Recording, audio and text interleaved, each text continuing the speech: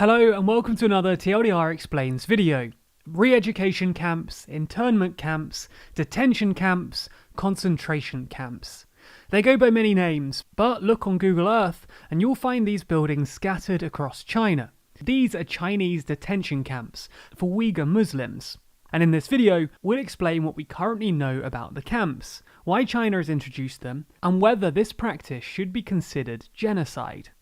Before we start, I wanted to shout out our podcast, where our team discusses a whole variety of news. You can find it on YouTube linked below, or on Apple Podcasts, Spotify, or wherever you listen, by searching for Too Long Didn't Read. If you're watching this video the day it was published, then we're doing a live stream on the podcast's YouTube channel today at 6 PM, so click the link down below to make sure that you'll be notified when we go live.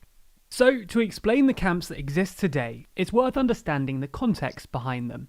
These camps are in a northwestern region of China called Xinjiang. Xinjiang borders Mongolia, Russia, Kazakhstan, Kyrgyzstan, Tajikistan, Afghanistan, Pakistan, and India, and historically has been populated by the Uighur people, a Turkic people who are typically Muslim. As of 2010, Uyghurs accounted for 46% of Xinjiang's population, although the number has historically been much higher. In 1953, Uyghurs accounted for 75% of the population. Xinjiang is one of 5 autonomous regions within China. Autonomous regions are sort of semi-devolved regions, created to accommodate ethnic minorities. Xinjiang was designated an autonomous region in 1955 because at the time the population was 75% Uyghur and the region had a history of independence movements. In 1933, the local Uyghur population took over the city of Kashgar in the west of Xinjiang, which, interestingly, is geographically closer to Baghdad than it is to Beijing. They declared the city the Republic of East Turkestan, although Chinese warlords backed by Soviet Russia quickly retook the area in 1934. In 1944, the local Uyghur population, confusingly backed by the Soviets this time, rebelled yet again, lasting until 1949, when China reclaimed the districts. The point is that in 1955, Xinjiang was majority Uyghur and had just enjoyed 2 brief spates of independence. So the Chinese knew that they would need to grant the area some sort of devolved independence if they wanted to avoid any further rebellions. It's also worth noting that while regions like Xinjiang are granted autonomous status and do have some independence, they're ultimately answerable to China.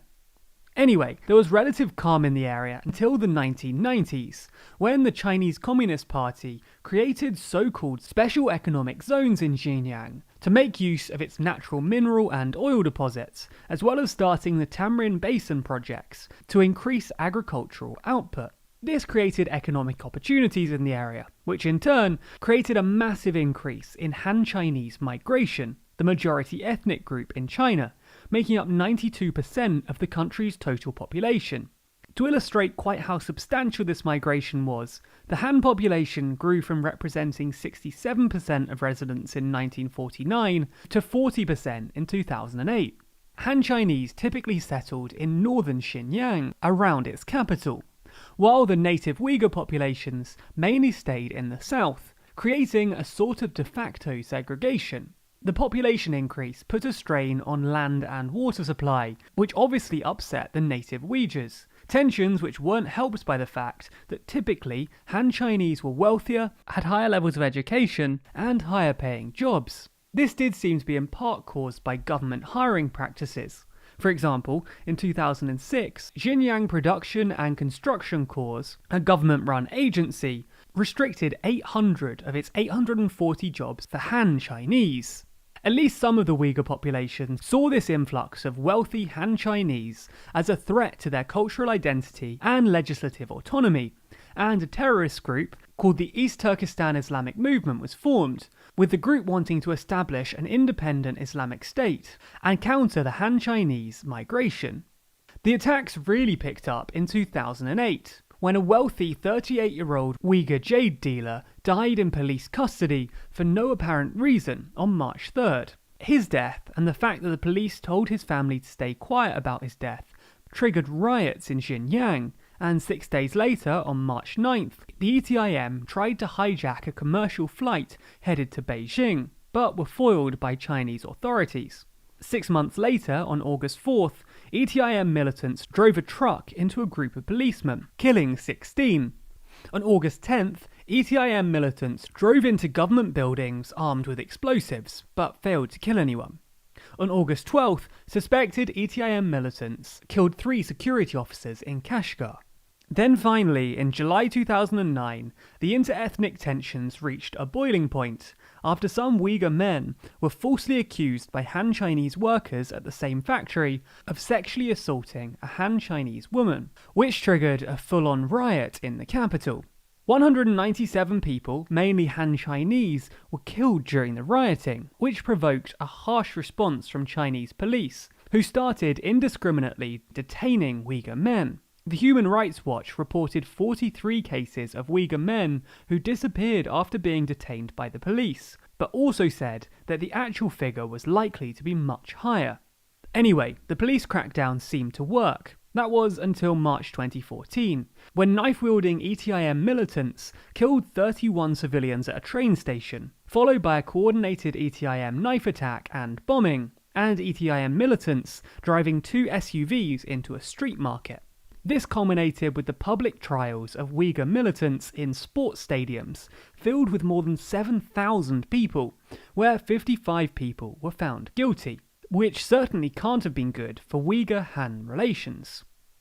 Anyway, soon afterwards, the CCP passed the 2014 Xinjiang Relations on Religious Affairs, a piece of legislation prohibiting anything that undermines national unity, social stability, economic development, or scientific and technological progress, or that affects religious harmony, obviously aimed at the Uyghur population and Islam.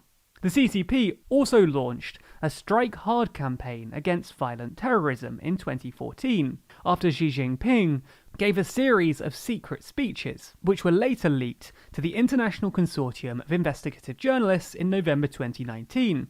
In these secret talks, he told Xinjiang officials of the campaign against the 3 evils of terrorism, infiltration, and separatism, saying that they must use the organs of the dictatorship and show absolutely no mercy.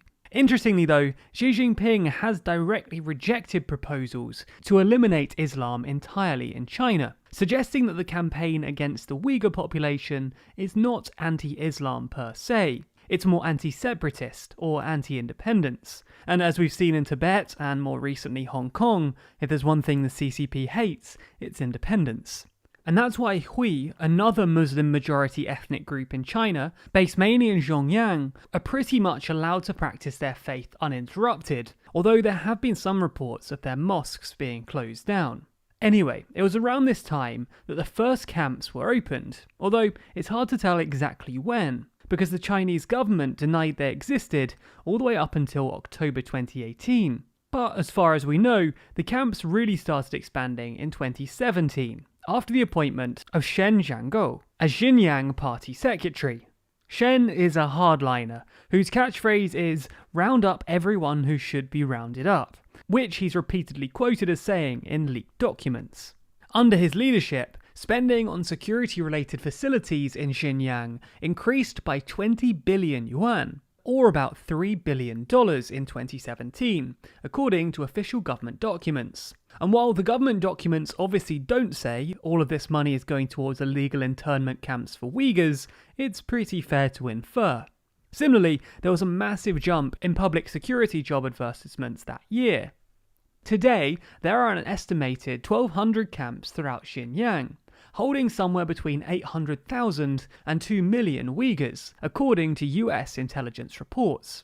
The Australian Strategic Policy Institute estimates that since 2017, 80,000 previously detained Uyghurs have been sent to factories throughout China, linked with 83 global brands.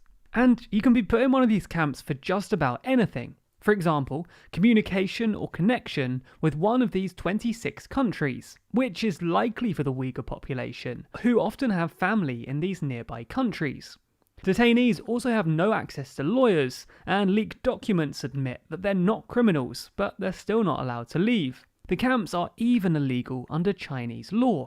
According to reports from some former Xinjiang residents, detainees are subject to constant surveillance, regular beatings, and a form of torture called the iron chair, where they're tied to an iron chair and sleep deprived. They're also forced to learn Mandarin, perform daily CCP flag-raising ceremonies, and sing CCP songs, with titles like "Without the CCP there's no new China" and "Socialism is good," which, let's be honest, don't sound particularly catchy. The CCP denied that these camps even existed until October 2018, when officials started calling them Centres for Vocational Education and Training Programs, and Xinjiang's governor described them as boarding schools. The CCP often defend the camps on the basis that there haven't been any terrorist attacks since 2017, and an official Communist Party newspaper said that Chinese campaign of pressure against its Uyghur Muslim minority has prevented the Xinjiang region from becoming China's Syria or China's Libya. If this doesn't all sound horrific enough, a new report by Adrian Zentz at the Jamestown Foundation found that Uyghur women are now being threatened with detainment unless they subject themselves to intrauterine contraception or sterilization. A leaked document called the Carax List showed that the most common reason for detainment was simply having too many children, and official family planning documents show terrifyingly high sterilization targets in Uyghur provinces. By 2019, Xinjiang planned to subject over 80% of women of childbearing age in the rural southern four Uyghur majority provinces to birth control measures with long-term effectiveness. This is also important because the CCP's involuntary campaign against the Uyghur population now meets the criterion set in Section D of Article 2 of the United Nations Convention on the Prevention and Punishment of the Crime of Genocide. The international response has so far been mixed, and the US have gone the furthest. In October 2019, they imposed visa restrictions on Chinese officials, believed to be responsible for, or implicit in, the detention of Muslims in Xinjiang, and blacklisted more than 24 Chinese companies and agencies linked to abuses in the region. Then, in June 2020, President Trump signed legislation, passed with overwhelming support from Congress, mandating that individuals face sanctions for oppressing Uyghurs. In the UK, Dominic Raab's new Magnitsky Law doesn't include any Chinese officials, but the UK has been historically critical of the camps, and in June 2019 was one of a number of mostly European countries to sign a letter to the UN Human Rights Chief condemning China's action in Xinjiang. On the other hand, about 50 countries, mostly African and Muslim majority, reacted with their own letter, commending China's remarkable achievements in human rights and counter-terrorism, potentially a symptom of China's soft political power in these regions. Anyway, whether the global community will pull together to stop what seems to be an ethnic genocide is still to be seen. If you enjoyed this video, there's links to videos on similar topics in the description. You can also subscribe to the channel and hit the bell icon to be notified every time we release a new video. Special thanks to our Patreon backers who make videos like this one possible. And if you want to see your name listed at the end of the video just like these people, then be sure to back us on Patreon. There's a link